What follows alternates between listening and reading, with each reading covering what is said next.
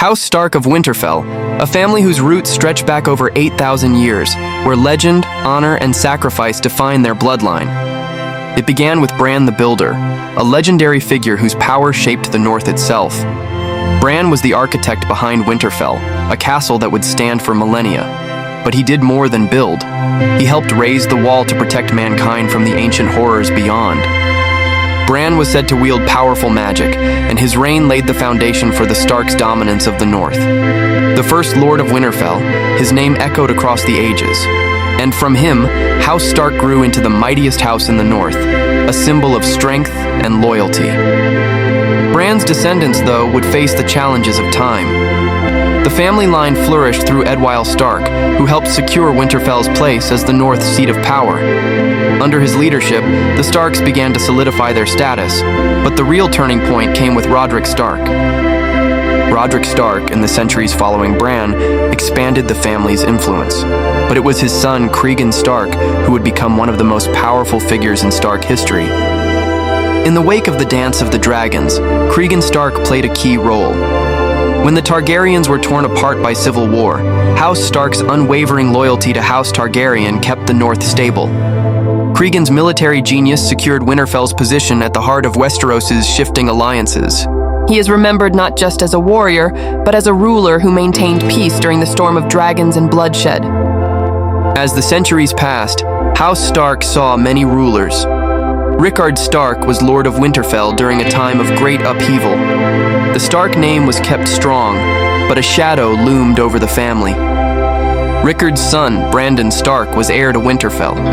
But when he marched south to confront the Mad King Aerys II, disaster struck.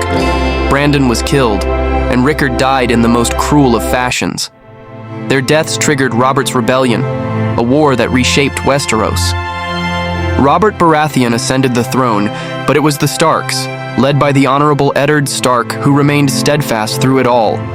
Eddard, or Ned as he was known, became the Lord of Winterfell in 283 AC. Ned's reign was one of honor and duty.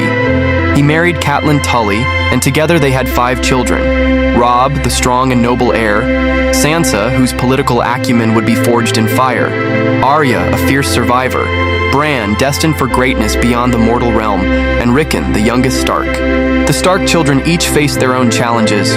Robb Stark rose as king in the North, only to fall victim to the infamous Red Wedding. His death shattered the house.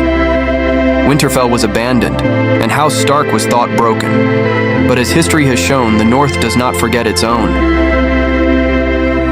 Sansa Stark, after surviving the horrors of King's Landing, returned to Winterfell, reclaiming her birthright as Lady of Winterfell. Arya Stark, the Avenger, brought her enemies to justice.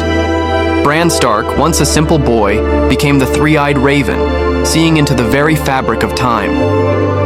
And then there was Jon Snow, the son Ned Stark never claimed yet loved as one of his own. Jon's true heritage would forever alter the fate of Westeros. Jon Snow, raised in Winterfell, would rise to command the Night's Watch and later become king in the North. His true lineage, the son of Lyanna Stark and Rhaegar Targaryen, shook the very foundations of Westeros. From the days of Bran the Builder to Jon Snow's leadership in the North, House Stark has faced war, betrayal, and heartbreak. But one thing remains: their unwavering loyalty to family, honor, and the North. The Starks of Winterfell remind us that no matter the trials, winter is coming, and House Stark will endure.